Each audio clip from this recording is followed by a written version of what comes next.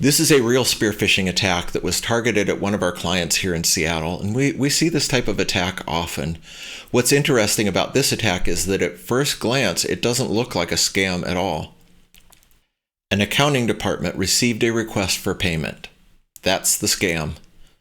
If you read the email thread from the bottom up, you see what appears to be a legitimate business discussion.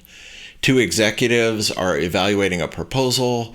They discuss budget, review risks, negotiate terms, and ultimately they approve the invoice for payment. And that's what makes this attack so sophisticated. The attacker didn't simply send an invoice and hope to get paid. They created an entire backstory to support the request.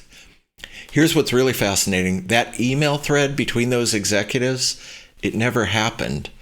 The thread is just a template. The executive names were dropped into place to create what looks like a realistic business conversation. Anyone in accounting who skims the message would see a documented approval process and a plausible reason for paying the invoice. In other words, the attacker wasn't trying to make the email just look legitimate. They were trying to make it look routine. Fortunately, the person who had received this message had completed our security awareness training. She applied the SLAM framework, and several things stood out to her. First, the sender was really suspicious. The person who received this email doesn't know a Crystal, France. And the sender's reply to address didn't match. The message appeared to come from Crystal, but the actual sender address belonged to someone else entirely. Also, the message itself was suspicious. $50,000 was an unusually large expense. It wasn't consistent with how this organization normally conducts business. The email contained an appeal to urgency, as almost all phishing attacks do.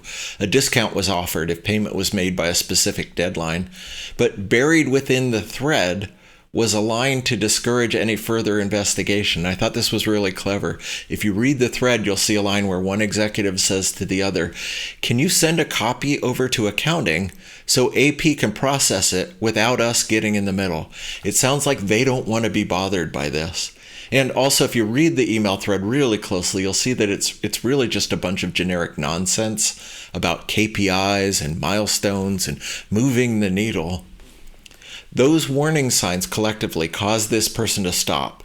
She verified the request, and ultimately she was able to avoid becoming a victim.